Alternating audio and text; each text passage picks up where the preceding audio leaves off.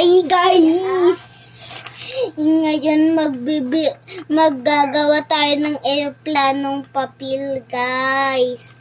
Taya na guys. Una, itupin nyo. Ayan po oh. Tapos itupin nyo yung dito sa taas. Tapos itupin nyo ulit ng paganon. Ayan. Tapos, 'di ba nakaganyan na guys. Iganto nyo. Tapos kunin nyo to yung isa. Tapos itong isa na to ibaba nyo.